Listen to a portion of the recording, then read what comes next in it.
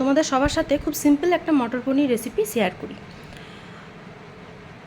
তো রেসিপিটা মূলত আমার নিজের, আমি প্রতিদিনের জীবনে এইভাবেই মটর পনির বানাই। তো দেখতেই পেলে মটরগুলোকে, ঘুগনির মটরটাকে আমি সারা রাত এইভাবে জলে ভিজতে দিয়েছিলাম। তারপর সেই ভিজতে দেওয়া মটরগুলো পরিমাণ মতো জল দিয়ে আমি একটা কুকারের মধ্যে ঢেলে নেব। এরপর এর মধ্যে দিয়ে দেবো পরিমাণ মতো একটু হলুদ, তারপর নুনটা আমি এখানেই দেবো, কারণ নুনটা দিলে সেদ্ধটা বেশি ভালো হবে। আর সামান্য একটু দেবো সাদা তেল আর দুটো তেজপাতা। ভালো করে মিশিয়ে নেব। এবার লাগিয়ে নেবো কুকারের ঢাকনা।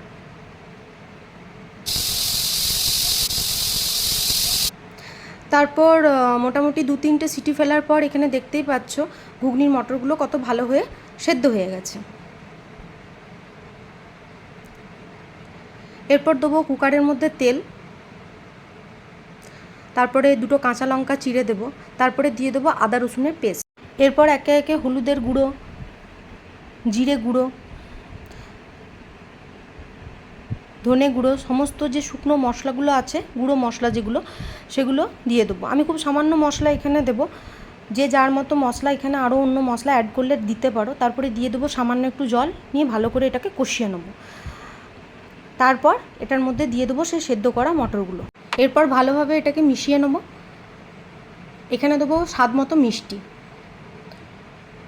এরপর এটার মধ্যে আগে থেকে আমি যে পনিরের টুকরোগুলো ভেজে রেখেছিলাম সেগুলো দিয়ে দেবো। ভালোভাবে মিশিয়ে নেব। এখানে রেসিপিটা আমাদের একদম শেষের মুখে। এরপর এখানে দিয়ে দেবো কাসুরি মেথি আর সামান্য একটু শাহি গরম মশলা। ভালোভাবে মিক্স করে নেব। এবার গ্যাসটা অফ করে এটার মধ্যে একটা ঢাকা দিয়ে দেবো।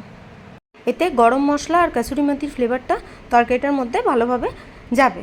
চলো, মটর পনির আমাদের ডান। দেখা হচ্ছে নেক্সট ভিডিও।